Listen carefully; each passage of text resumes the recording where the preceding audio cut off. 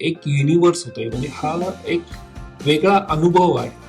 हा चित्रपट नाहीये. घबाडकुंड हा त्या युनिवर्सचा पहिला अध्याय आहे आणि अजून बरेच अध्याय त्याचे येणार आहे. उद्या एखाद्याने गुगलला फर्स्ट मराठी युनिवर्स असं 50 वर्षांनी जेव्हा तो टाईप करेल एखादा मुलगा, तेव्हा तिथे घबाडकुंडचं नाव येणार आहे आणि तिथे आम्हा सर्व कलाकारांची नावं येणार आहेत आणि नाविन्याची आस, नाविन्याची ओढ जेनझीला सुद्धा आहे आणि जे सिनियर सिटीजन आहेत त्यांना सुद्धा आहे की नवीन काय होतंय चित्रपटांमध्ये, नाटकांमध्ये, ते प्रेक्षकांना बघायचं.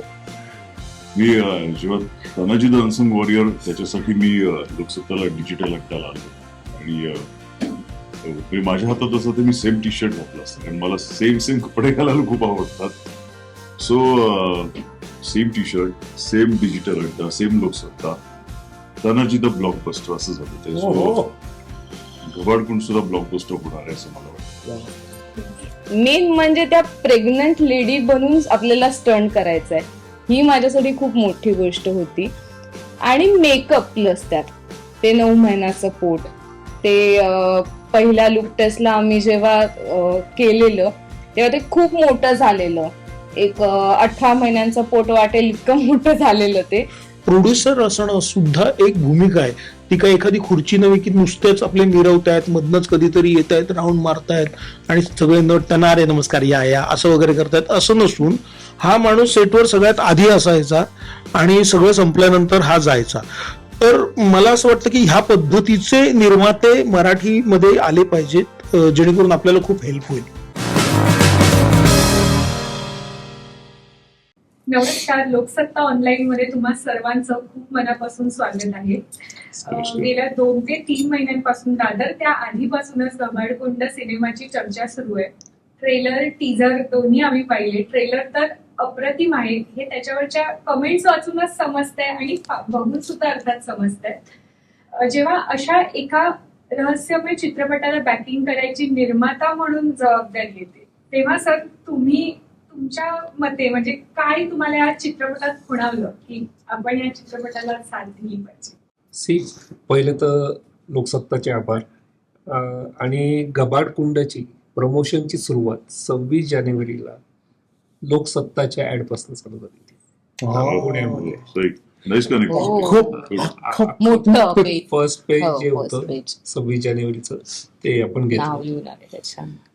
बेसिकली या चित्रपटामध्ये मला जे दिसलंय ते म्हणजे जी आता मराठी प्रेक्षकांची आवड बदलतीये आणि ती बदलणारी आवड या प्रोडक्टमधनं किंवा या चित्रपटामधनं पूर्ण होण्याची जी शक्यता दिसतीये आणि एक युनिवर्स होतोय, म्हणजे हा एक वेगळा अनुभव आहे.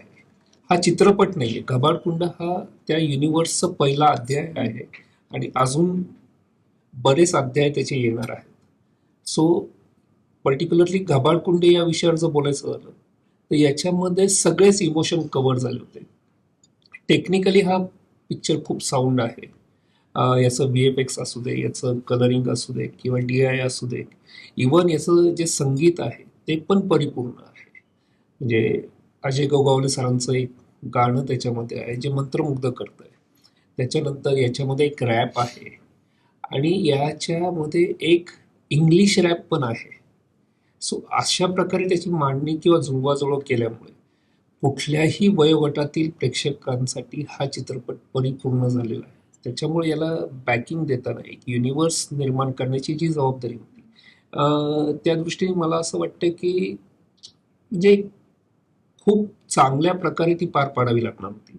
आणि आत्ता मला जो मी माझ्या टीमवर, क्रूवर, कलाकारांवर जो विश्वास टाकलेला आहे तो टीजर आणि ट्रेलरच्या माध्यमातून कसा झालेला आहे आणि त्याच्यावर येणाऱ्या लोकांच्या ज्या प्रतिक्रिया आहेत तर तो विश्वास टाकलेला सार्थ झाल्यासारखं मला वाटतंय.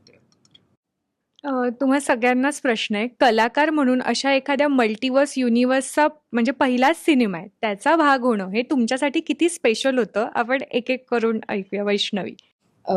खूप खूप फुलफिल फिलिंग आहे ही, की अशा पहिल्या युनिवर्स आपल्याला भाग होता येतंय आणि आमचा सेटही खूप, सगळ्याच गोष्टी खूप भव्य आहेत, खूप मेजर लेवलला घडल्यात. सेटही खूप मोठा आहे. 18 ते 20,000 स्क्वेअर फीटचा पूर्ण ते विहिरीचा तो रहस्यमय सेट उभारला आहे. आतमधले डिटेलिंग, सगळ्या गोष्टी म्हणजे मला खूप असं मला वाटतं की मी खूप लकी आहे की मी या टीम सोबत आहे आणि या फिल्मचा भाग आहे. कारण जेव्हा कास्टिंग झालं तेव्हा मला आयडिया नव्हती की हा प्रोजेक्ट इतक्या मोठ्या लेवलला होतोय. या फिल्मचे जे डीओपी आहेत योगेश कोळी, त्यांच्या थ्रू मला बऱ्यापैकी माहिती कळली या फिल्मची. सो मी होकार दिला आणि जसे दिवस एक एक करत आम्ही आजच्या दिवसापर्यंत आलोय. प्रत्येक दिवशी कळते की या फिल्मची लेवल किती मोठी आहे. So I am very grateful, very grateful. Yes, लोकसत्ताचे मनापासून आभार. तुम्ही नेहमीच मराठी चित्रपटाच्या पाठीशी खंबीरपणे उभे असता. जसं सरांनी सांगितलं की आम्ही जी पहिली जाहिरात केली होती लोकसत्ताला, ती फ्रंट पेज केली होती आणि तुम्ही बाकीचे जे कंडिशन्स टर्म्स वेगळ्या पण अवेलेबल करून देता नेहमीच लोकसत्ताचा प्लॅटफॉर्म. त्याबद्दल एक मराठी कलाकार म्हणून मला तुमचे मनापासून आभार मानायचे. आणि आता मी तुझ्या प्रश्नाकडे वळतो. फर्स्ट मराठी युनिव्हर्स असं जेव्हा वाचतो, कारण आमचं युट्यूब चॅनल सुद्धा त्याच नावाने आहे, फर्स्ट मराठी युनिव्हर्स, आणि त्या चित्रपटाचा एक महत्वाचा भाग असणं. कारण अनेक फिल्म्स मी केलेल्या आहेत, सगळ्यांनी देवानी केलेल्या आहेत, पण त्या फिल्म केल्या त्याच्यामध्ये असं टिकमार्क वालं नव्हतं की फिल्म आली चालली पडली जे काय असेल. पण उद्या एखाद्यानी गुगलला फर्स्ट मराठी युनिव्हर्स असं 50 वर्षांनी जेव्हा तो टाईप करेल एखादा मुलगा, तेव्हा तिथे घबाडकुंडचं नाव येणार आहे आणि तिथे आम्हा सर्व कलाकारांची नावं येणार आहेत. आणि मी प्रत्येक मुलाखतीमध्ये म्हणतोय की हा ट्रेंड सेटर सिनेमा आहे. एक वेगळा ट्रेंड सेट करू पाहतोय आम्ही आणि नवीन घेऊन येतोय. आणि नाविन्याची आस, नाविन्याची ओढ जेनझीला सुद्धा आहे आणि जे सिनियर सिटीजन आहेत त्यांना सुद्धा आहे की नवीन काय होतंय चित्रपटांमध्ये, नाटकांमध्ये, ते प्रेक्षकांना बघायचं आहे. एक फार छान कमेंट आली होती मला ट्विटरला. एक यंग मुलगा आहे, तो म्हणला होता की तुम्ही चांगलं द्या, आम्ही तुमच्या पाठीशी आहोत. तर मला ही लाईन फार महत्वाची वाटते की चांगलं द्या, आम्ही तुमच्या पाठीशी आहोत. म्हणजे चांगलं दिल्यानंतर मग लोकांकडे वेळही असतो, लोकांकडे पैसाही असतो. जेव्हा आपण एखादं चांगलं देतो, समजा हिंदी सिनेमाचं उदाहरण दिलं तर छावानी इतका बिझनेस केला, पण त्यातला जवळपास मी चुकत नसेल तर 300 ते 350 कोटीचा बिझनेस छावानी हा फक्त महाराष्ट्रामध्ये केलाय. त्यातल्या त्यात पुणे सेंटरमधून सगळ्यात जास्त रिकव्हरी. म्हणजे एखादी गोष्ट लोकांना आवडली की तिथे लोक रांगा लावतात. एखादं हॉटेल आवडलं तर लोक वेटिंगला रांगेत उभी असतात. का तर त्यांना तेच जेवायचंय. समोरचा माणूस जेवतोय, मागे उभा असतात लोक, का तर त्यांना ती चव चाखायची, ते बघायचंय.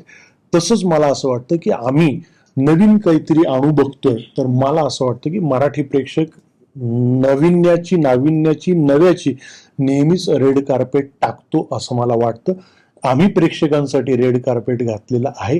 त्यांनी आनंदाने यावं आणि थ्रिल अनुभवावं आणि सगळ्या प्रकारचा जो जॉनर म्हणजे हॉरर, थ्रिलर, ॲडव्हेंचर, ह्युमर सगळं लोकांना या चित्रपटातून मिळणार आहे. आणि ही घबाडकुंड ही दिल्याभोवती घडणारी घटना आहे, दिल्याभोवती घडणारी गोष्ट आहे. त्याच्यामुळे ॲज अन ॲक्टर म्हणून मला खूप आनंद होतो की या चित्रपटाचा एक मी महत्वाचा भाग आहे आणि फर्स्ट मराठी युनिव्हर्समध्ये माझा खारीचा वाटा आहे. माझं ठरलं होतं ह्याचा भाग व्हायचा. पण मी जेव्हा आल्याड पल्याड पाहिला होता तेव्हा तो मला प्रचंड आवडला होता आणि मला असं वाटलं होतं की या धाटणीचा, या शैलीचा चित्रपट आपण अजून केलेला नाही, तर करायला हवा लगेच.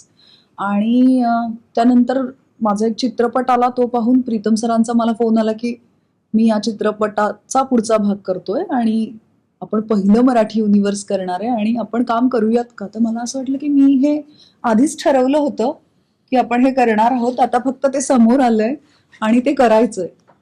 पण खूप सुंदर झालाय चित्रपट. तांत्रिकदृष्ट्या खूप सशक्त चित्रपट आहे. दरवेळेला असं म्हटलं जातं की तुम्ही छान द्या, आम्ही बघतो. तर आता आम्ही खरंच छान देतोय. पुढचं अर्ध काम तुम्ही करा, चित्रपटगृहात जाऊन हा बघा. अशी छान लिखाणात उत्तम असलेला, दिग्दर्शनात उत्तम असलेला, छान निर्मिती असलेला आणि तांत्रिक अंग उत्तम असलेला सगळे सहकलाकार छान आहेत. सगळ्यांनी छान कामं केलेली आहेत. मेकअपचा एक वेगळा वापर ह्या चित्रपटात केलेला आहे. ध्वनी अत्यंत उत्तम आहे. म्हणजे तुम्ही ट्रेलर टीझर पाहिल्यावर तुमच्या लक्षात येईल की आपल्याला आवाजाने सुद्धा दचकायला होतंय. तर संगीत खूप छान झालेलं आहे. अशी सगळी अंग छान झालेला एक वेगळा चित्रपट आम्ही घेऊन येतोय. तसं म्हटलं तर लोकसत्ताला आल्यावर मूवीज ब्लॉकबस्टर ठरतात. मी जेव्हा तानाजी द अनसंग वॉरियर त्याच्यासाठी मी लोकसत्ताला डिजिटल अड्ड्याला आलो होतो आणि माझ्या हातात असं ते मी सेम टी शर्ट घातलं असतं कारण मला सेम कपडे घालायला खूप आवडतात. So same T-shirt, same digital Adda, same Loksatta, Tanaji the blockbuster असं झालं ते. सो घबाडकुंड सुद्धा ब्लॉकबस्टर होणार आहे असं मला वाटतं. जेव्हा प्रीतमनी सांगितलं होतं की दादा अल्ल्याड पल्ल्याड मध्ये कॅरेक्टर आहे, करता येईल का, तर ते मला करता येत नव्हतं. नाहीतर मी अल्ल्याड पल्ल्याड मध्येच मी संदीप बरोबर असतो त्या तिकडे. काही पिरियड नंतर मला परत त्यांनी फोन केला की असं कॅरेक्टर आहे जे प्राऊडी आहे, त्याचा एक मोटो आहे, तो मोटो ते ध्येय गाठण्यासाठी तो काय काय करत असतो आणि ते सगळे असे एकत्र येतात आणि एकत्र येऊन ती एक कथा बनते. आणि त्याच्यामध्ये हे खंगरी नावाचं कॅरेक्टर. सो सगळ्या गोष्टी हे झाल्या, सॉर्ट आउट झाल्या आणि ते कॅरेक्टर मी ऍक्सेप्ट केलं. पण जेव्हा जसं मी शूट करत गेलो ना तसं पहिले एक प्रोफेशनल कनेक्टिव्हिटी होती आणि आता तर एकदम इमोशनल कनेक्टिव्हिटी. सो घबाडकुंड हे आमचं म्हणतो लहान मूल आहे, ते कसंही तुमच्या समोर नाचलं तरी मला माहिती आहे ते तुम्हाला नक्की आवडणार आहे. सो म्हणून आम्ही सगळे एकत्र आहोत घबाडकुंडसाठी आणि बस खूप छान टीम आहे. वादच नाही, फॅमिली आहे. बोलण्यासाठी नाही पण खरंच एक फॅमिली आहे आणि ही फॅमिलीने एक उत्सव साजरा केलेला आहे. 19 जूनला असणार आहे तो. प्लीज फक्त थिएटरमध्ये तुम्ही घबाडकुंड बघायला या. सर, प्रेक्षकांच्या मॅक्झिमम रिॲक्शन असे आहेत की हा सिनेमा बॉलिवूड हॉलिवूड लेवलचा वाटतोय. ट्रेलर पाहून सिनेमॅटोग्राफी म्हणा किंवा जसं मॅम म्हणाल्या की टेक्निकली सुद्धा खूप सशक्त सिनेमा आहे. तर म्हणजे जेव्हा ह्या अशा रिॲक्शन आल्या तेव्हा तुमची काय म्हणजे प्रतिक्रिया होती? या जेव्हा रिॲक्शन्स मी रीड करायला लागलो, बेसिकली मी जे आमचं ऑफिशियल यूट्यूब चॅनल आहे तर त्या यूट्यूब चॅनलचं किंवा इंस्टाग्रामच्या प्रत्येक कमेंटला मी स्वतः उत्तर देत असतो. मी प्रत्येक कमेंट सिरियसली घेतो. या रिॲक्शन्स बघून जे आत्ता प्रोत्साहन आहे किंवा जे मोटिवेशन पाहिजे होतं ते मिळालेलं नक्कीच आहे आणि आत्तापर्यंत केलेल्या कामाची पोचपावती मिळाल्यासारखं आहे. हां, डेफिनेटली आता अर्ध काम झालेलं आहे. आत्ता जो सोशल मीडियावर आम्हाला जो रिस्पॉन्स मिळतोय तर लोकसत्ताच्या माध्यमातून त्यांच्या रीडर्सला, त्यांच्या व्ह्युअर्सला माझी ही विनंती आहे की डेफिनेटली हेच प्रेम तुम्ही मला 19 तारखेपासून चित्रपटगृहात पण द्या. याच्यापेक्षा बेटर किंवा याच्यापेक्षा अजून काही भव्य दिव्य करण्याची आयकॉन दी स्टाईल या प्रोडक्शन हाऊसची तयारी चालू आहे. तुम्ही दिलेल्या प्रोत्साहनाचंच बळ आम्हाला पुढच्या प्रोजेक्टसाठी उपयोगाला येणार. प्राजक्ता मॅम, तुम्ही आता म्हणालात चांगलं दिलं की प्रेक्षक चांगलं पाहतात. आता थांबायचं नाही, वेळी सुद्धा असाच अनुभव होता. तर भूमिका निवडताना तुमचे काय निकष असतात? कारण आता आम्ही पाहिलं की तुमचे सगळेच चित्रपट खूप छान प्रतिसाद मिळतोय प्रेक्षकांचा. तर त्याविषयी जाणून घ्यायला आवडेल की तुमचे भूमिका निवडताना निकष. तिने ठरवलं आता थांबायचं नाही. नाही, आता कदाचित असू शकतील, या आधी नव्हते अगं. कारण याआधी मी काय, संदीप काय, कुशल काय, आम्ही कामातून काम मिळवलेली माणसं आहे, बरोबर आहे ना संदीप? त्यावेळेला आम्हाला काही चॉईस नव्हतं की हा असा रोल आवडेल का वगैरे. नाही, जो आलाय तो छान करणं, ह्यातूनच आपल्याला पुढचं काम मिळणार आहे हे कायम होतं. आता असं झालंय की आता करून लोकांनी पाहिल्यामुळे एक छान पद्धतीच्या भूमिका येत आहेत आणि ते छान वाटतंय की आता आपल्यासाठी भूमिका लिहिल्या जात आहेत किंवा भूमिकांसाठी आपला विचार होतोय किंवा एका वेगळ्या पठडीतल्या भूमिकांसाठी सुद्धा आपला विचार होतोय. फक्त विनोदीसाठी होत नाहीये. ते सोडून सुद्धा लोक आपला विचार करतायत. तर ही भावना नक्कीच सुखावणारी आहे. पण हे आत्ता झालंय, असं काही आम्ही ठरवून हे करूयात ते करूयात म्हणून आलेलो नव्हतो. वैष्णवी, तुझ्या कॅरेक्टर बद्दल जाणून घ्यायला आवडेल. आतापर्यंत आम्ही तुला मालिकांमधून छान छान भूमिका साकारताना पाहिलंय, पण खूप अशा सुंदर दिसणाऱ्या वैष्णवीचा खूप असा वेगळा लुक आम्हाला यातून पाहायला मिळतो. तो पण छानच आहे, पण तू एका मुलाखतीत म्हणालेलीस की तुझा लुक पाहून किरण दचकलेला. सो इन जनरल तुझ्या या लुकची प्रोसेस कशी होती, तुझ्या घरच्यांची प्रतिक्रिया, आणि यासाठी तू तयारी कशी केलीस? किरणची काही हेल्प झाली का, किंवा या मंडळींची कशी साथ लाभली? कुटुंब रंगलंय खुनात.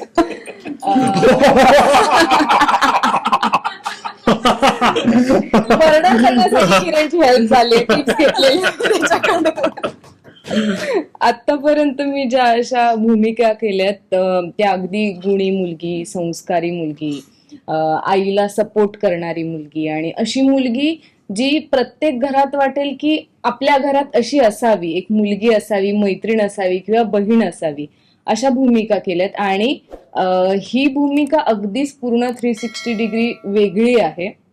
सो याच्यासाठी मला ऍक्च्युली खूप जास्त प्रिपरेशन करावं लागलं, कारण ती मुलगी आहे खूप वर्षाआधीची, वेगळ्या काळातली, ज्या काळात लग्न लवकर व्हायची, लहान वयात त्या प्रेग्नंट राहायच्या, त्या वाड्यात राहायच्या तिथे.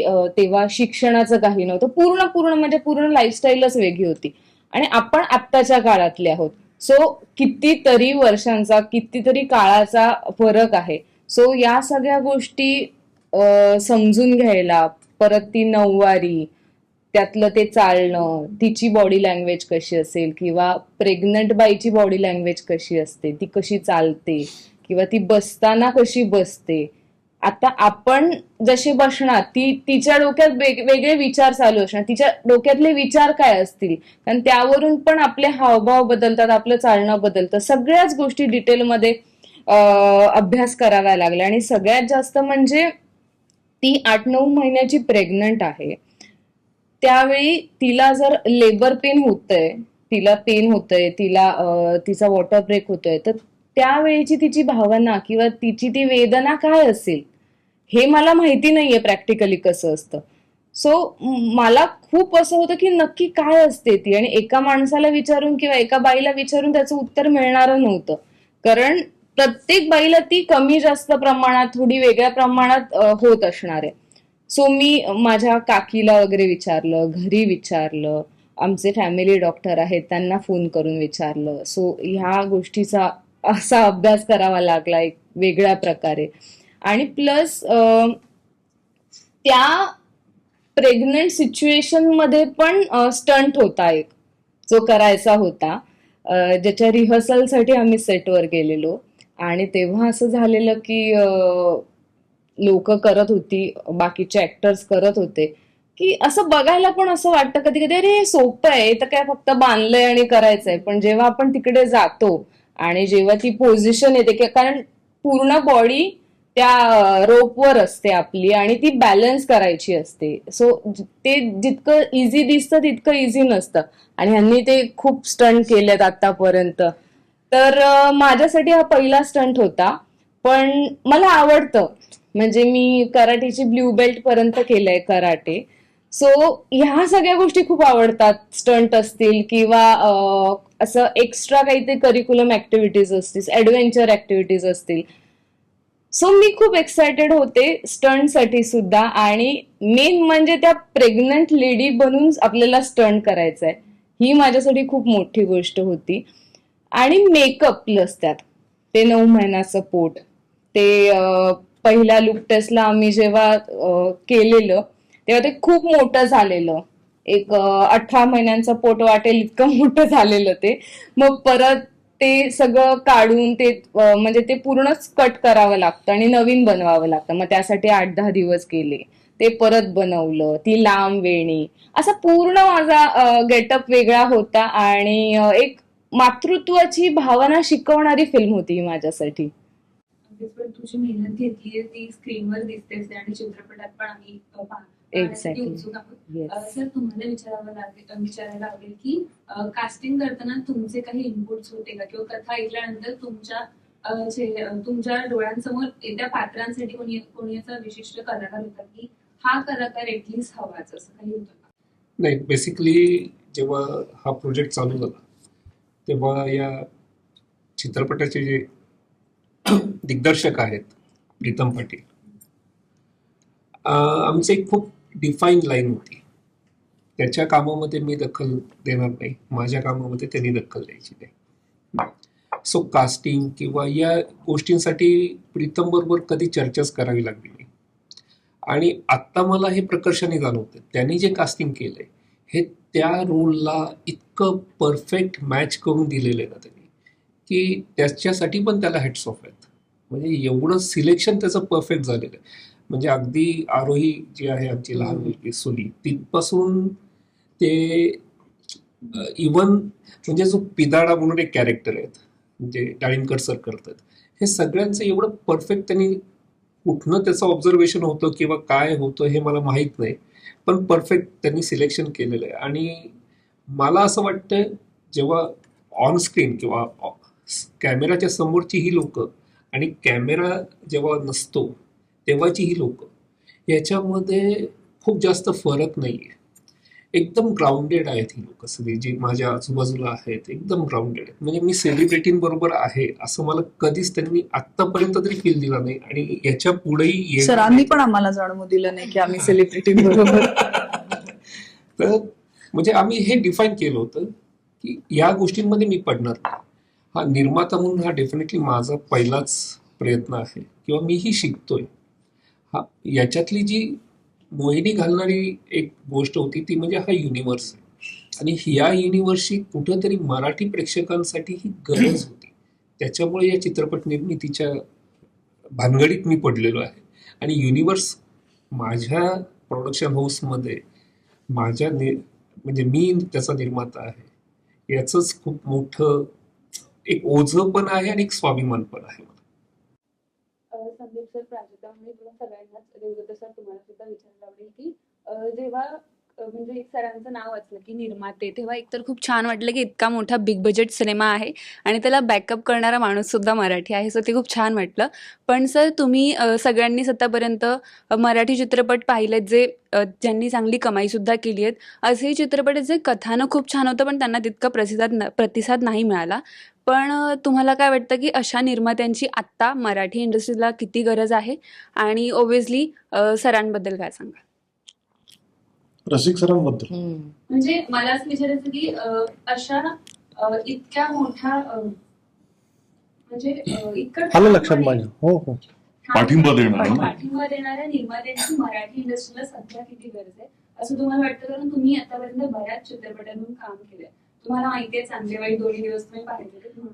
कसं आहे, आता मी म्हटलं ना पहिल्यांदा की अगोदर एक प्रोफेशनल रिलेशन होतं, पण जसे आम्ही एकत्र आलो शेवटी सानिध्य तुम्हाला एकत्र आणतं आणि सानिध्य ह्या सगळ्या गोष्टी बदलवतं. सो जो माणूस सकाळी 7ला आमच्या बरोबर येणार, जो माणूस रात्री पॅकअप 2-3 वाजता होतं तोपर्यंत तिथे थांबणार, सो ह्या माणसाची ना आपल्याला ना एक त्याचा दृष्टिकोन कळतो आपल्याला की त्याचं जसं आम्ही आहोत, जसं आम्हाला तो प्रोजेक्ट आवडतो किंवा प्रोजेक्ट आम्हाला आमचं ते बाळ वाटतं, तसंच प्रोड्युसरला फक्त मी तिथे 2 पैसे दिले आता मला 20 पैसे हवेत त्याचे, तर अशी धारणा त्याची नव्हती.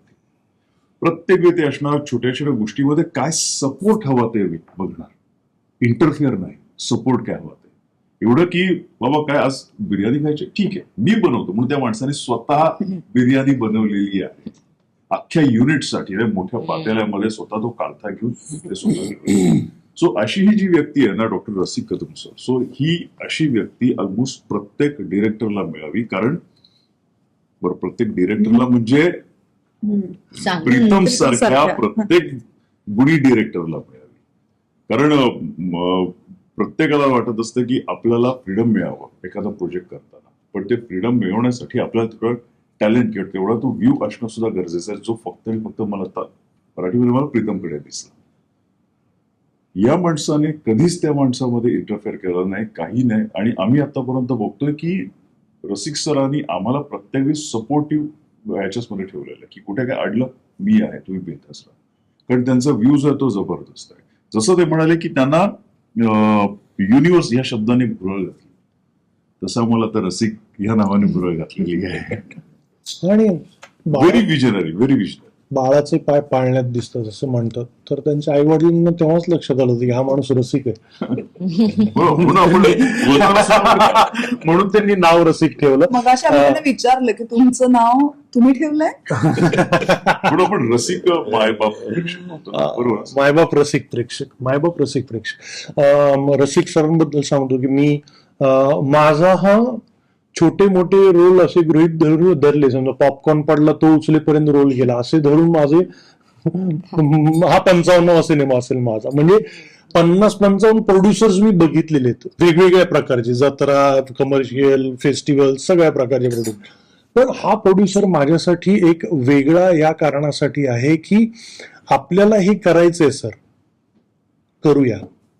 तर रसिक सरांबद्दल की असा प्रोड्युसर आहे की मुळात मी काल एका मुलाखतीत असं म्हणालो होतो की निर्मात्याने असा विचार किंवा असे प्रोड्युसर आम्हाला मिळायला पाहिजे की तो निर्माता असा विचार करतो की आपण पैसे खर्च केले तर लोक पैसे खर्च करतील, अशा मेंटॅलिटीचा हा निर्माता आहे. त्याचं उदाहरण सांगतो की समजा जाहिराती करायच्या आहेत किंवा प्रमोशन करायचे, इन्फ्लुएन्सर्सना टॅप करायचंय, त्यांना ट्रेलर लॉन्चचा इव्हेंट करायचा आहे, तर कुठल्याही गोष्टीला त्यांचा नकार नाहीये. जे काही भव्य दिव्य करायचं असेल किंवा जे काही करायचं ते भव्य दिव्य करा, अशा मेंटॅलिटीचा माणूस आहे. आणि त्यांचं म्हणणं आहे की आपण वाजवली नाही फिल्म धाडधाडधाड तर लोकांना ऐकू कशी येणार. तर माझ्यासाठी हे जास्त महत्वाचं. मराठी सिनेमे बनतायत खूप छान, पण ते पोहोचवण्यासाठीचे जे प्रयत्न आहेत, कष्ट आहेत, लोकांना थिएटर पर्यंत आणणं हे सगळ्यात चॅलेंजिंग आहे. मला असं वाटतं की 2026 हे वर्ष मराठी फिल्मसाठी खूप चांगलं आहे. म्हणजे क्रांतिज्योती विद्यालयापासून जी सुरुवात झाली, राजा शिवाजी, देऊळबंद 2, सुपर डुपर, आणि आता घबाडकुंड ही सुपर डुपर होईल अशी आम्हाला खात्री आहे, कारण आमचा निर्माता सुपर डुपर आहे. कसं निर्माते असतात, प्रोड्युसर असतात, जे अवाच्या सव्वा पैसा लावू शकतात, लावतात पण त्यांना ना विजन नसते की आपण जिथे पैसा लावतो तो सार्थ आहे त्या तिकडे. रसिक सरांना ती विजन आहे की मी या इथे पैसा लावतोय तर त्याचे मला रिटर्न्स मिळणार आहे, पण या इथे मी पैसा आता लावला तर मला रिटर्न्स मिळणार नाही, तर त्या तिकडे अजिबात खर्च करत. म्हणजे ही विजन असणं खूप गरजेचं आहे, जे त्यांच्यामध्ये आपण चालू. मी आतापर्यंत जेवढे चित्रपट केलेत, माझा पहिला चित्रपट आहे ज्याची वर्तमानपत्रामध्ये फुल पेज ऍड आली. लोकसत्ताला फ्रंट पेज अख्खं होतं. मी त्यांना फोन केला, अहो सर एवढं नाही, असू द्या, कळू द्या लोकांना येते फिल्म.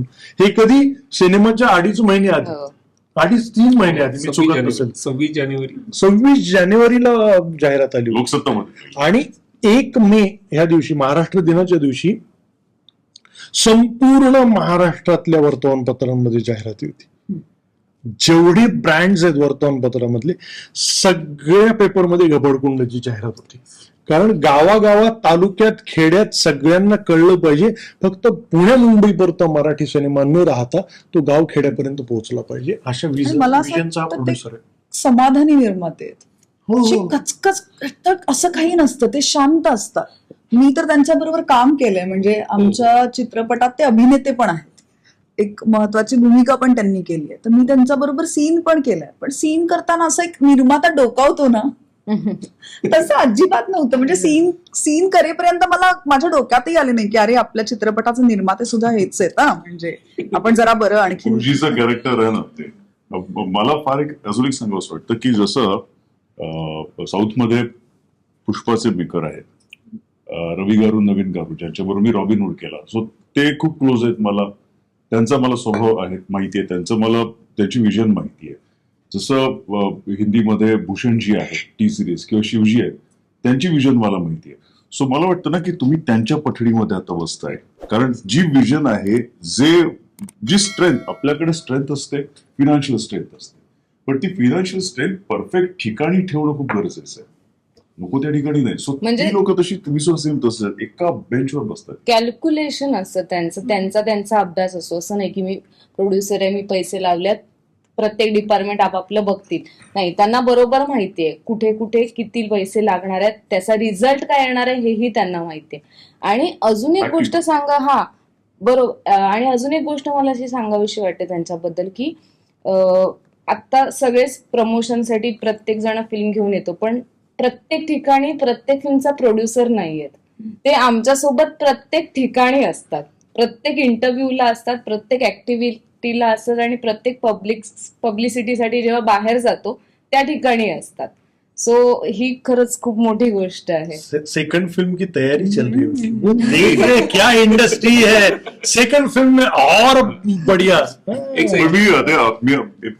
मी अगोदरच संदीप सांगितलं त्यांना की पुढचा जो भाग असेल काहीच माहित नाही, कारण ती सगळी आपल्याला नसते पुढे काय. ओके, चांगली काम करतो, काम मिळणार, पण एक आहे की त्यांचा पुढचा जो प्रोजेक्ट असेल ना, it's going to be a blockbuster. आणि ही विजन त्यांना आता त्यांनी स्क्रॅच पासून सुरुवात केली, अजून पुढचा करतील ना तर that will be with experience. Yes yes yes. Good sir.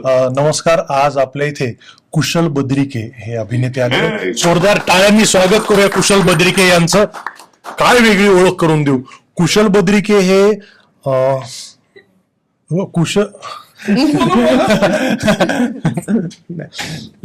कुशलला प्रश्न विचारा. कुशल बद्रिकेच्या ऍक्च्युली नावावर एक मोठा प्रोजेक्ट आहे, माहितीये, केबीसी कुशल बद्रिके चांगला. अरे आय लव्ह यू.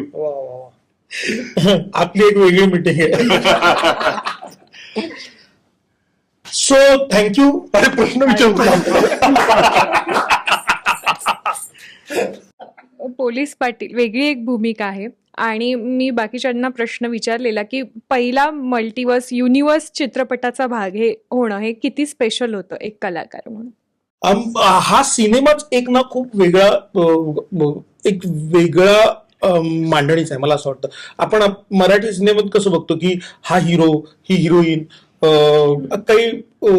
काही ठराविक चेहरे आहेत की ते असायला हवेत ना सिनेमात असं वाटतं. पण ह्या सिनेमातले सगळे चेहरे वेगळे आहेत की तसं टिपिकल सिनेमांमधले चेहरे तुम्हाला दिसणार नाहीत ना. शशांक सर एक फार भारी म्हणाले होते की ह्या सिनेमाचं, ते तुम्ही सांगितलं का शशांक सरांचं वाक्य, की ह्या सिनेमाचा हिरो ही ह्या सिनेमाची पटकथा आहे आणि विलन काय तर परिस्थिती हा सिनेमाचा विलन आहे असं त्यांनी सांगितलं. मला ना प्रीतम सरांबरोबर, प्रीतम सर आपल्या सिनेमाचे लेखक दिग्दर्शक आणि नवगिरे सर, संजय नवगिरे सर लेखक आहेत. मला प्रीतम सरांनी जेव्हा सिनेमा नरेट केला होता ना तर त्यांना A to Z pin to piano सगळं माहित होतं. सिनेमा कसा शूट होणार आहे, काय होणार आहे, काय घडणार आहे, कारण त्या सिनेमाचे एवढे धागे आहेत ना. त्यांनी जेव्हा मला सर हा सिनेमा युनिव्हर्स म्हणजे हे असं सुरू होणार, त्याचे ही वीण आहे आणि आता आपण पहिली वेणी त्याची विणतोय, तर म्हटलं सर ते जाऊ दे सगळं, मला तेवढं सगळं कळत नाही, तुम्ही ह्या सिनेमाविषयी सांगा. तर त्यांना त्याही गोष्टी माहिती आहेत. इतकं मोठं विजन असणारा एक दिग्दर्शक आहे आणि ज्याच्याकडे मी काम करतो याचं मला इतकं भारी वाटलं होतं राव. आणि आता मी गेले आल्यापासून सरांची स्तुती ऐकतोय तर खरंच त्यांची स्तुती करण्यासारखी आहे. एक मला काय वाटतं ह्या सगळ्यामध्ये, मी आल्यापासून जेवढं ऐकलं ते काय बोलत नाही, वेगळं बोलतो आता. मला असं वाटतं की जसं ऍक्टर हे एक जॉब आहे, हा एक जॉब आहे, किंवा दिग्दर्शक असणं हा एक जॉब आहे, किंवा कॅमेरेमन असणं हा एक जॉब आहे. ते रोज सेटवर येतात, रोज काम करतात, समजून घेतात आपली भूमिका काय. प्रत्येकाला सकाळपासून संध्याकाळपर्यंत आपली भूमिका माहीत असावी लागते, ते तिथे काम करतात. तसंच प्रोड्युसर असणं सुद्धा एक भूमिका आहे.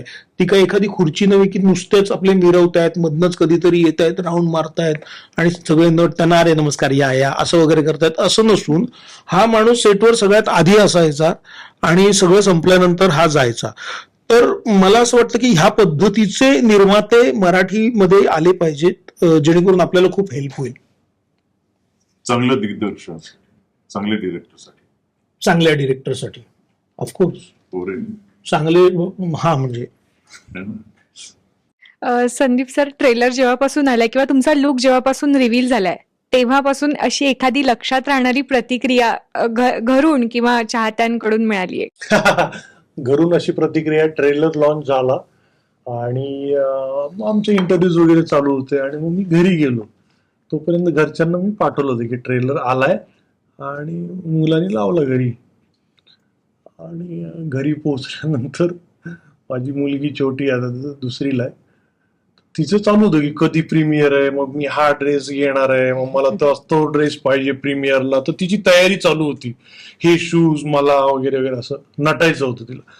ट्रेलर नंतर मी घरी गेलो तर माझ्याजवळ येऊन म्हणाली की बाबा नको मला फिल्म बघायची, नाही बघायची मला फिल्म, तुझी भूत दिसली ना तिला हा वगैरे वगैरे, तर ती घाबरली. तर मी म्हटलं नाही नाही काय होणार नाही, आपण जाऊया. नाही मला भीती आपण डोळ्यांवर हात ठेवून बघूया. आणि सेकंड वेळा आम्ही 2 वेळा ट्रेलर प्ले केला. मला काही इन्फ्लुएन्सर्स आले होते त्या दिवशी ट्रेलर लॉन्चला. ते म्हणे सर आम्ही दुसऱ्या वेळेस ट्रेलर असा बघितलाय, असा असा परत असा परत असा. तर व्यक्ती सापेक्ष आहे, ते व्यक्तीप्रमाणे ते डोळे झाकून आम्ही ट्रेलर पाहिला असं म्हणाल्या त्या. हा, आणि आम्ही लोकांना सांगतोय आम्ही अशी फिल्म बनवली आहे ना, तुम्ही डोळे झाकून जावा फिल्म बघायला. पण भरपूर प्रतिक्रिया आहेत. एक छोटी मुलगी होती, तिचा फोटो मला प्रीतमनी पाठवला होता. तर ते स्टँडीज लागल्यात मॉलला, तर ते बऱ्याच जणांनी ते केलेत. ती जी ऍक्शन आहे माझी ओरडण्याची, इरिटेट होऊन जे ओरडतोय मी, त्याचं ते स्टँडिंग लागली होती मॉलला. तर बऱ्याच जणांनी त्याच्या बाजूला असं करून हा तशी ऍक्शन करून फोटो काढलेत आणि मला टॅग केलाय. So it is good.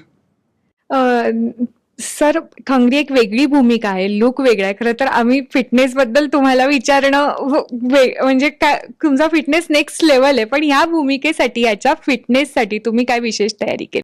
पहिली गोष्ट, माझ्यापेक्षा खूप मोठे फिटनेस प्लेअर आहे. आपलं नाव घेतलं त्यांनी, माझं गुरु तरी आहे. मध्ये खूप आमचं व्हायरल होतं की देवदत्त नागेचे ट्रेनिंग गुरु कोण असतील तर ते कुशल मंत्री. सो बऱ्याच वेळा असं होतं की तुम्हाला चांगलं चिझल्ड स्ट्रक्चर हवं असेल तर तुम्हाला स्टिरॉइड्स वगैरे घ्यायला लागतात. सो मी अजून स्टिरॉइड, जसं मला दारूची चव माहित आहे तसं मला स्टिरॉइडचं इन्सर्शन माहित.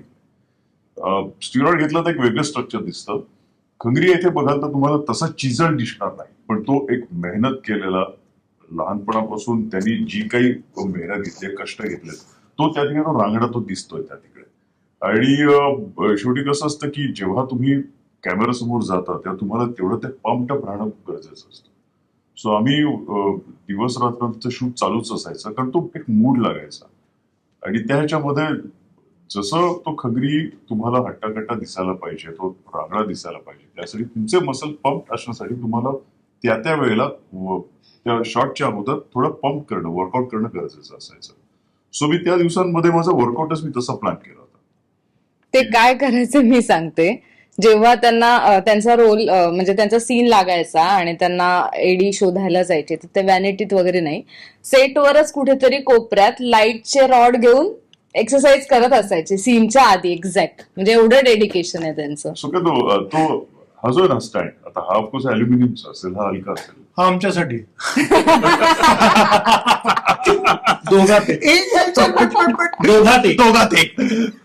सो क्रेन असतात, स्टँड असतात, ते खूप हेवी असतात बऱ्यापैकी. इव्हन क्रेनला किंवा पॅन्थरला वगैरे ना प्लेट्स लावलेले असतात. त्या प्लेट्सनी सुद्धा जे मिस नाही, बरेच माझ्यासारखे फिटनेस फिक जे आहेत असे ते शॉर्टच्या अगोदर तसंच वर्कआउट करतात. तेव्हा ते बेल असायचे, ते मोठे वेट आपण पॅन्थरला लावतो, त्या वेटनी सुद्धा आम्ही वर्कआउट अक्षरशः केलेलं आहे. सो त्या तिकडे अख्खी जिम नेणं शक्य नाही.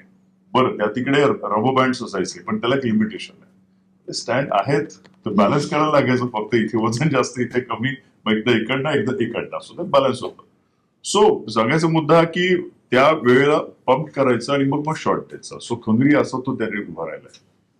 कारण खंगरी जे त्याच्या नावामध्ये सगळं आहे. खंगरीचा अर्थ असा की एक एखादा पर्वत ज्याला जो अनटच्ड आहे, कोणाचाच त्याला स्पर्श झालेला नाही, आणि तो पर्वत हिमालयामधला. सो तो तसा दिसणं गरजेचं आहे.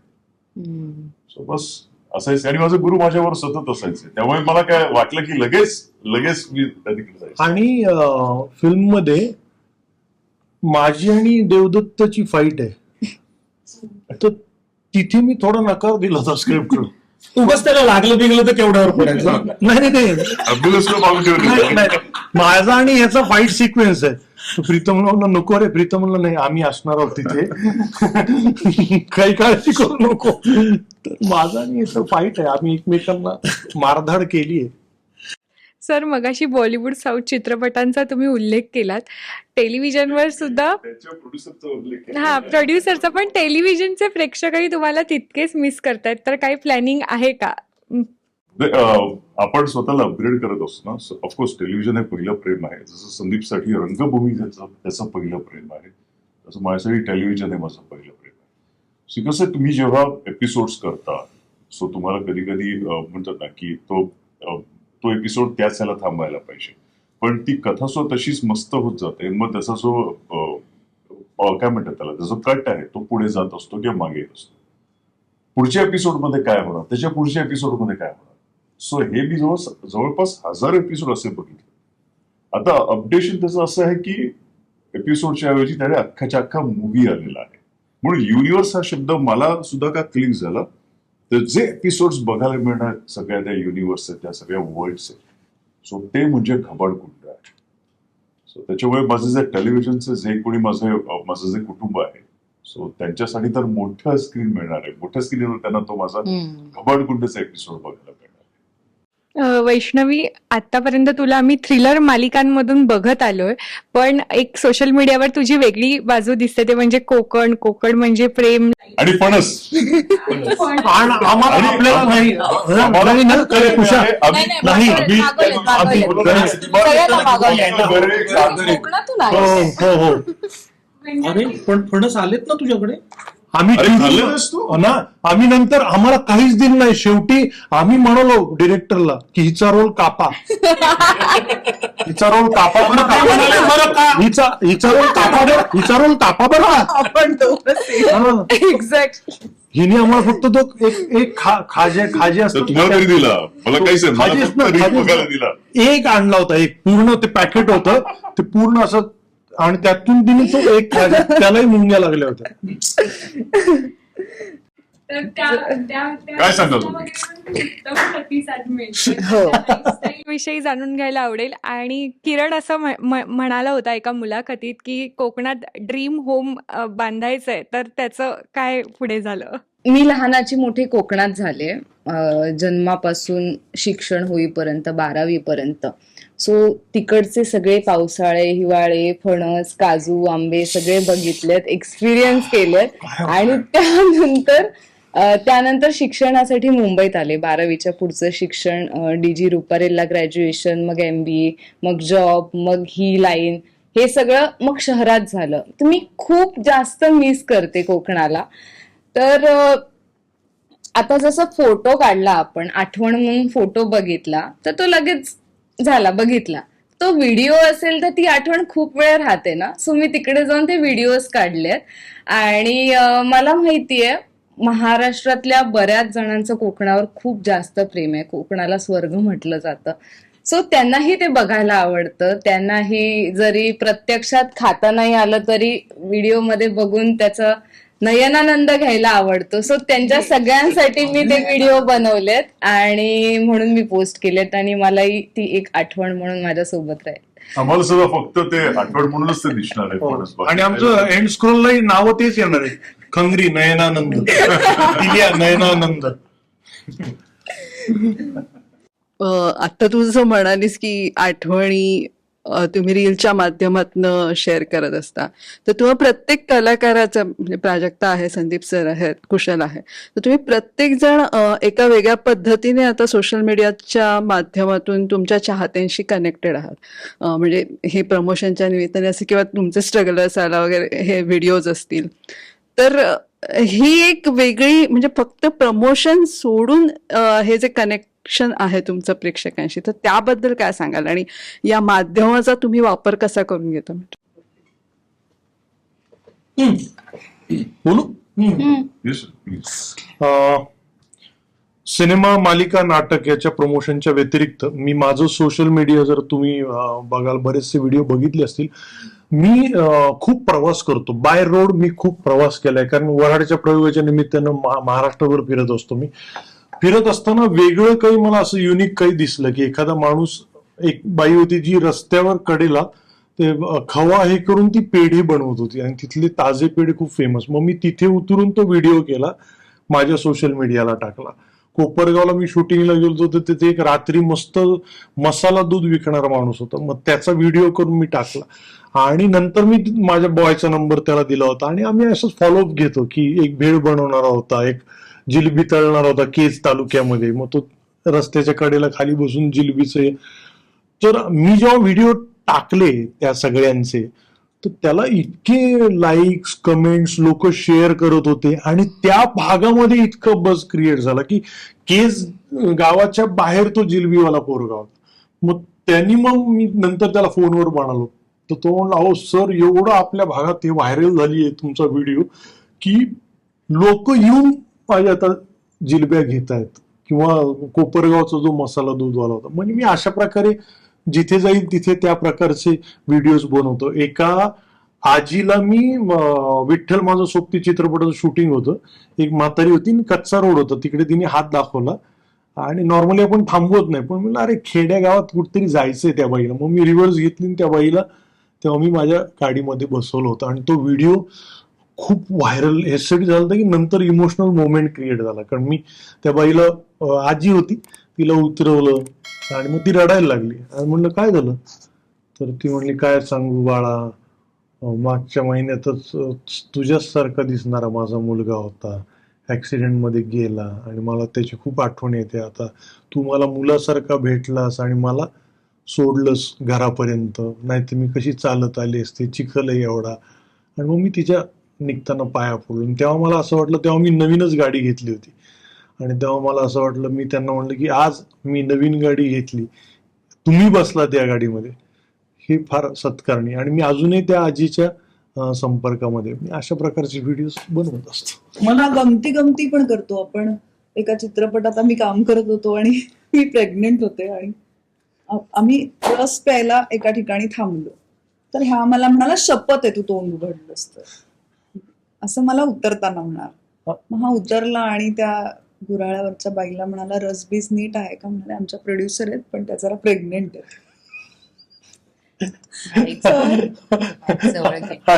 आणि त्याने मला उतरवलं हात धरून आणि त्या म्हणाल्या, हा म्हणाला, तर त्या बाई माझ्या जवळ येऊन म्हणाल्या की थोडं आलंय रसात, चालतंय काय आता, थोडा अननसाचा पण रस घातलाय, चालतंय का आता. मला याने शपथ घातल्यामुळे ते म्हणाले नाही तसं आता दिवसभरात आलेत, आता चालायला काय हरकत नाही. आणि मग त्यांनी मला रस पाजला आणि मग मी पटकन पिते, त्यामुळे मी तो ठेवला. तर त्या म्हणाले की आता उन्हात नका थांबू, आधी यांना बसवून घ्या गाडीत, मग तुम्ही रस प्या. आमचं शूट चालू शेवटपर्यंत कळलं नाही की म्हणजे हे असं काही नाहीये. आणि मी तिला हात देऊन हळू हळू ती बाई हा दमनी दमनी, पैसा लावलाय म्हणाला ह्यांनी, पैसा लावलाय तर काळजी पण घ्याल, त्यामुळे त्यांना यावं लागतंय सेटवर. मला असं वाटतं ना की सोशल मीडियाने जग खूप जवळ आणून ठेवलंय की आता लंडनला काय चाललंय म्हणून तिकडचा एखादा व्हिडिओ मी बघू शकतो. मला जर का तिथे जायचंय तर तिथलं वातावरण, आता तिथे काय कपडे घालायला हवेत, या सगळ्या गोष्टी, कुठल्या कुठल्या जागांवरती आपल्याला जायला हवं. म्हणजे एखाद्या शहराचं आपण जेव्हा बारकाईन बाबा 10 दिवस आपण तिथे चाललोय तर ह्या जागा तिथल्या बघायलाच हव्यात, ह्या गोष्टी सहज आपल्याला कळतात. मला आणखीन काय वाटतं की ते ना एक शस्त्र आहे सोशल मीडिया. ते उत्तम जर तुम्हाला हँडल करता आलं ना तर तुम्ही लढाई जिंकाल याची मला खात्री वाटते. जसं माझे प्रोजेक्ट जे काही असतात सिनेमांचे, ते मला लोकांपर्यंत पोहोचवण्याचं सगळ्यात सुंदर माध्यम वाटतं सोशल मीडिया. माझं इंस्टाग्राम अकाउंट, जिथे तो टार्गेट असलेला ऑडियन्स आहे, ज्याला माझ्यामध्ये इंटरेस्ट आहे, जो मला फॉलो करतो की हा कुशल बद्रिकेचं काय चाललंय बाबा, अच्छा त्याचा असा सिनेमा येतोय का, मला त्यांना थेट सांगता येतं की ऐका ना माझा असा असा सिनेमा आहे जो आता 19 तारखेला घबाडकुंडे येतोय, तर प्लीज तुम्ही थिएटरमध्ये जाऊन बघा. हे खूप सोपं झालंय असं मला वाटतं. सोबतीने मला असं वाटतं की ती जरा दुधारी तलवार पण आहे, ती ताकद आहे, ती जर का हँडल करता नीट आली नाही तर ते भस्मासुरासारखं पण आहे, तो स्वतःचं पण भस्म करून टाकू शकेल. असे बरेच लोक आपण बघतो ना की बरेच लोकांनी स्वतःचं भस्म करून टाकलंय त्याच्यावरती. सो त्यासाठी पण रिहॅब ओपन होत आहेत, म्हणजे सोशल ऍडिक्शन, ह्या ऍडिक्शन साठी सुद्धा आता रिहॅब ओपन होत आहेत. तर मी तर खूप त्याचा वापर प्रमाणात करते, जेव्हा फार गरज असते. मला तो फार सोसत नाही सोशल असला तरी. तर मी माझे प्रोजेक्ट लोकांपर्यंत पोहोचवण्यासाठी, माझ्या ऑडियन्स पर्यंत पोहोचवण्यासाठी, किंवा मला एखादी गोष्ट सांगायची असेल तर तेवढा पुरता मी तो सोशल मीडिया वापरतो. पण आपण सध्या स्क्रोलिंग आणि ट्रोलिंगच्या जगात वावरतो. दोन्ही स्क्रोलिंग आणि ट्रोलिंग दोन्ही होत आहे.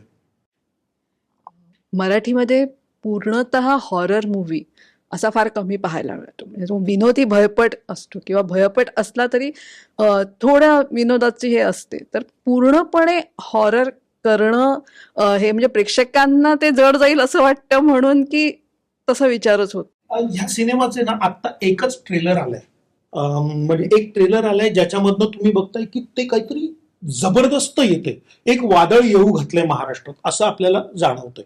पण ह्या सिनेमाची गंमत अशी आहे ना की त्याच्यात तुम्हाला हलकं हसायला पण येईल, तुम्हाला इमोशनल पण व्हायला होईल, तुम्हाला भीती 101% वाटेल. त्याचबरोबर मिस्ट्री आहे ह्या सिनेमामध्ये जी तुम्हाला सॉल्व्ह करावी लागेल. अरे याचं काय झालं होतं, ओ अच्छा तो असं कदाचित करेल, तो असा वागेल कदाचित. तर ना मला असं वाटतं सगळ्या पद्धतीच्या रसांनी भरलेला हा एक सिनेमा आहे. मला वाटत नाही की मराठीत अशा पद्धतीचा कुठला सिनेमा आला असेल. फाईट ऍक्शन तू सांगितलंस का, सगळे साऊथचे जे फाईट मास्टर आहेत जे खूप मोठ्या, आता मी नाव नाही घेत, पण जितके आपण साऊथचे सिनेमे बाबा असं झालं पाहिजे यार एक दिवस असं म्हणतो ना, ज्या फाईट ऍक्शन्सना बघून त्यांचे फाईट मास्टर्स आपण आणलेत. ते इथे येऊन त्यांनी आपल्याकडनं ते करून घेतले. सो ड्रामा आहे, फाईट आहे, ऍक्शन आहे, कॉमेडी आहे. आतापर्यंत असा सिनेमा मराठीत नाही आला हे नक्की. देवदत्त, मगाशी तू म्हणालास फिटनेसच्या बाबतीत, तर फिटनेस आणि तुमची जी प्रतिमा निर्माण होते कलाकाराची त्याच्यातनं, तर थोडासा एक मर्यादा येते का भूमिकांसाठी? नाही, इनफॅक्ट जय मल्हार करताना ती मर्यादा जाणवत होती, पण ती नाही निदर्शनास आली. जेव्हा श्री खंडेरायांना म्हाळसाईचा जेव्हा शाप त्यांना भोगायला लागतो तेव्हा असं दाखवायचं होतं की ते वृद्ध होतात, वृद्धावस्था त्यांना मिळते. सो त्याच्यामध्ये आता हट्टकट्ट शरीर आहे ते काय करायचं. सो तेव्हा असं सुद्धा ठरलं होतं की मी वर्कआउट ड्रॉप करायचा, स्वतःला बारीक करून घ्यायचं आणि मग ते दाखवायचं. पण मग लोकांना ती श्री खंडेरायांची जी छबी होती ती सुद्धा मनात होती, तेव्हा ती समोर येणं सुद्धा तेवढंच गरजेचं आहे. सो तेव्हा विचार केला की बरं म्हातारं कोण समोर आहे, तर माझी आजी होती. ती पायऱ्या उतरताना एक एक पायरी अशी दपकत जायची, किंवा आमच्याकडे एक आमची जी जागा आहे त्याचा केअर घेण्यासाठी एक नानू म्हणून एक व्यक्ती यायची. सो ती मला देवा भाऊ मला त्या, सो ह्या ज्या गोष्टी, त्याचं वय त्याच पठडीचं होतं. सो ह्या गोष्टी मी कंपाईल केल्या त्याच्यामध्ये, आणि जो सदर असायचा तो लूज घातला एकदम. सो त्याच्यामुळे फटकन जे आहे ना ती छबी अशी बारीक वाटायला लागली. सो त्या तिकडे ते लिमिटेशन एक होणार होतं की बाबा आता कसं करणार, पण ते काहीच झालं नाही. म्हणजे चांगली आहे ती, जे काही घडलं ते फार चांगली आहे ती. सो तेव्हा कॉन्फिडन्स झालं की आपण आपल्या स्वतःला समजा थोडी अजून मेहनत घेतली आणि थोडं समजा गुरूंकडे आणि दुसऱ्या गुरूंकडे बघितलं तर स्वतःला त्याच्यात बदलता येतं. सो त्याच ह्याच्यामध्ये फक्त एक स्ट्रॉंग पण एक असा होतो, I love you Sandeep, I love you खुश. आम्ही गुरुवारी पण व्यायाम करतोय, आम्ही इतके सो जेव्हा आता एक हे झालेलं आहे की जेव्हा असं काही असेल ना तर तेव्हा मी पहिले माझ्या गुरुंना विचारणार काय करायचं. सो ते त्यांचं उत्तर मिळतं मला, आणि ते जे किरदार आहे ते लिहिल्या साकारलं जातं. आपण काय म्हणतो एखाद्या माणसाकडे बघून की त्याचं डाएट कसं असेल ना, म्हणजे आता देवासारखा माणूस जो इतका फिटनेस कॉन्शियस आहे त्याचं आपल्याला कळतं ना त्याच्या बॉडीकडे बघून, स्ट्रक्चरकडे बघून. तर खाण्यापिण्याच्या सवयी नाही का, आम्ही कसं करतो की नाही आपण थोडं सलाड आधी खाऊ मग डाळ. ते कोणाकोणाकडनं ऐकलेलं, कधी कधी कुठल्या तरी डॉक्टरांकडे भेटून आपण डाएट घेतलेला असतो नाही का, तेच आपण फॉलो करतो की, आणि मग एकच भाकरी ती पण ज्वारीची, असं असं वगैरे ते सगळे नखरे आम्ही करतो. देवा आहे ना देवा, तरी आमची पोटं सुटलेली बिटलेली अशी आम्ही सगळे असे. पण देवा आहे ना देवा, काय घेऊया आम्ही, ब्लॅक कॉफी चहा मस्त. हे काय रे, तू साखर नाही घातलीस रे नीट, साखर गुळाचा चहा, ते मॅगी, त्याचं ना म्हणजे त्याचं इतकं सामान्य माणसासारखं तो जेवतो ना, तरी सुद्धा तो कसं काय होतं, देवाचीच कृपा त्याच्यावर. मेहनत आम्ही पण करतो, आमचं कसं नाही होत असं काय नाही. मला माझ्या जिभेवर नाही करतो, मला गोड लागतं खायला, म्हणूनच मी या गोड माणसांमध्ये, मला नाही राहत गोडशिवाय. सो जे काही खायचं, थोडं वर्कआउट थोडं जास्त करायचा आणि परत ते बॅलन्स करायचं. पण जसं तुम्ही म्हणालात की कॅरेक्टर उभं करणं, सो कोणाच्या मनात आलं की बाबा एखादा योद्धा हवाय, वॉरियर हवाय, किंवा जे कॅरेक्टर रांगड असेल, तर खूप बरं वाटतं की माझा विचार केला जातो त्या किंवा माझा रेफरन्स दिला जातो. मधले काही मालिकांमध्ये त्या ऑडिशन्सच्या यायच्या ना, तर मला मुद्दाहून पाठवायचे ते दाखवायला की अरे ऑडिशन असं आहे, आणि ब्रॅकेटमध्ये लिहिले structure should be like Devdatta Nake. बरं वाटायचं. सो कुठेतरी ही जी मेहनत केलेली आहे त्याचं सार्थकी होतं. गुरुदेव. सगळं होईल, सगळं छान. आपल्या अशाच गप्पा पुढे सुरू राहतील, पण 19 तारखेला सिनेमा येतोय. तुम्ही कलाकार प्रेक्षकांना काय आवाहन कराल? मी सांगतो एक की 19 जूनला आपल्या सगळ्यांचा एक मराठी युनिव्हर्स त्या तिकडे निर्माण होतोय, ज्याचं नाव आहे घबाडकुंड. सो घबाडकुंड 19 जूनला तुमच्या समोर प्रदर्शित होतोय. फक्त एकच आहे की प्लीज सगळ्यांनी हा सपोर्ट ठेवा आपल्या मराठी चित्रपट सृष्टीला वरती आणण्यासाठी. एखादा चित्रपट रिलीज झाला की तो पटकन पायरेटेड होऊन आपल्या मोबाईलमध्ये किंवा आपल्या लॅपटॉपमध्ये येतो. सो ते प्लीज तुम्ही करू नका. घबाडकुंड असा चित्रपट आहे की त्याचा अनुभव तुम्हाला घ्यायला पाहिजे, आणि तो अनुभव फक्त आणि फक्त थिएटरमध्ये जाऊन घ्या. जे व्हिज्युअल इफेक्ट्स आहेत, जे साऊंड इफेक्ट्स आहेत, ते खूप जबरदस्त आहेत. ते तुम्हाला या छोट्याशा मोबाईलमध्ये नाही अनुभवता येणार. सो आमचे रसिक सर नेहमी म्हणतात की घबाडकुंड हा एक एक्सपिरियन्स आहे, एक अनुभव आहे. तो हा अनुभव तुम्ही प्लीज फक्त आणि फक्त थिएटरमध्ये जाऊन बघा, थिएटरमध्ये जाऊन घ्या प्लीज. मी वेगळ्या पद्धतीनं सांगतो. हात बघ. भविष्य पाहणार, ज्योतिष पाहणार, हस्तरेषा पाहणार. हस्तरेषा चांगली आहे, धनरेषा पांगली आहे, बुद्धीमध्ये सरस्वती नांदते, पण काम कुठंतरी अडतंय, हसता रडतंय. परंतु 19 जून या ठिकाणी तुम्हाला सांगतो, 19 जून पासून असा मुहूर्त या ठिकाणी आलेला आहे की 19 जून पासून तुमचं आयुष्य एक वेगळं वळण घेणार आहे आणि तुम्ही भरारी घेणार आहात. संपूर्ण महाराष्ट्रामध्ये तुमचं नाव होणार आहे, आणि नावासोबतच पैसा तुमच्याकडे आकर्षित होणार आहे, पैशासोबतच प्रसिद्धी सुद्धा मिळणार आहे. आणि 19 जून पासून तुम्ही जो संकल्प केलेला आहे त्याला बॉक्स ऑफिसवर प्रेक्षकांचा भरभरून प्रतिसाद मिळणार आहे. 19 जून घबाडकुंड.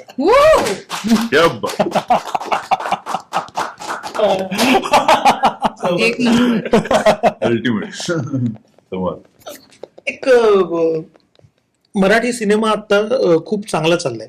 मराठीमध्ये खूप चांगले चांगले सिनेमे होत आहेत, आणि मराठी लोक चांगल्या सिनेमांना उत्तम प्रतिसाद देत आहेत. थिएटरमध्ये जेवढे सिनेमे मराठी आतापर्यंत ह्या वर्षी लागले ते जबरदस्त चाललेत, आणि आय एम शुअर की हा सिनेमा पण जबरदस्त काम करेल. आणि एक सगळ्यात महत्वाची गोष्ट की जसं देवा आणि शशांक सरांचं एक कॉम्बिनेशन आहे, ते करोडोंच्या डील कम्प्लीट करतात त्यांच्या कॉम्बिनेशन मधले सिनेमे, बरोबर ना? हो, तानाजी, घबाडकुंड आहे ना.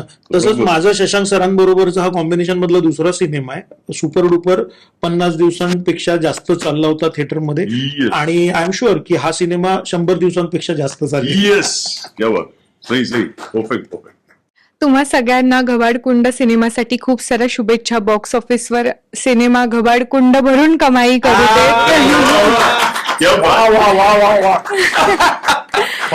थँक्यू सो मच, तुम्ही वेळात वेळ काढून आलात. तुम्हाला खूप खूप शुभेच्छा. थँक्यू.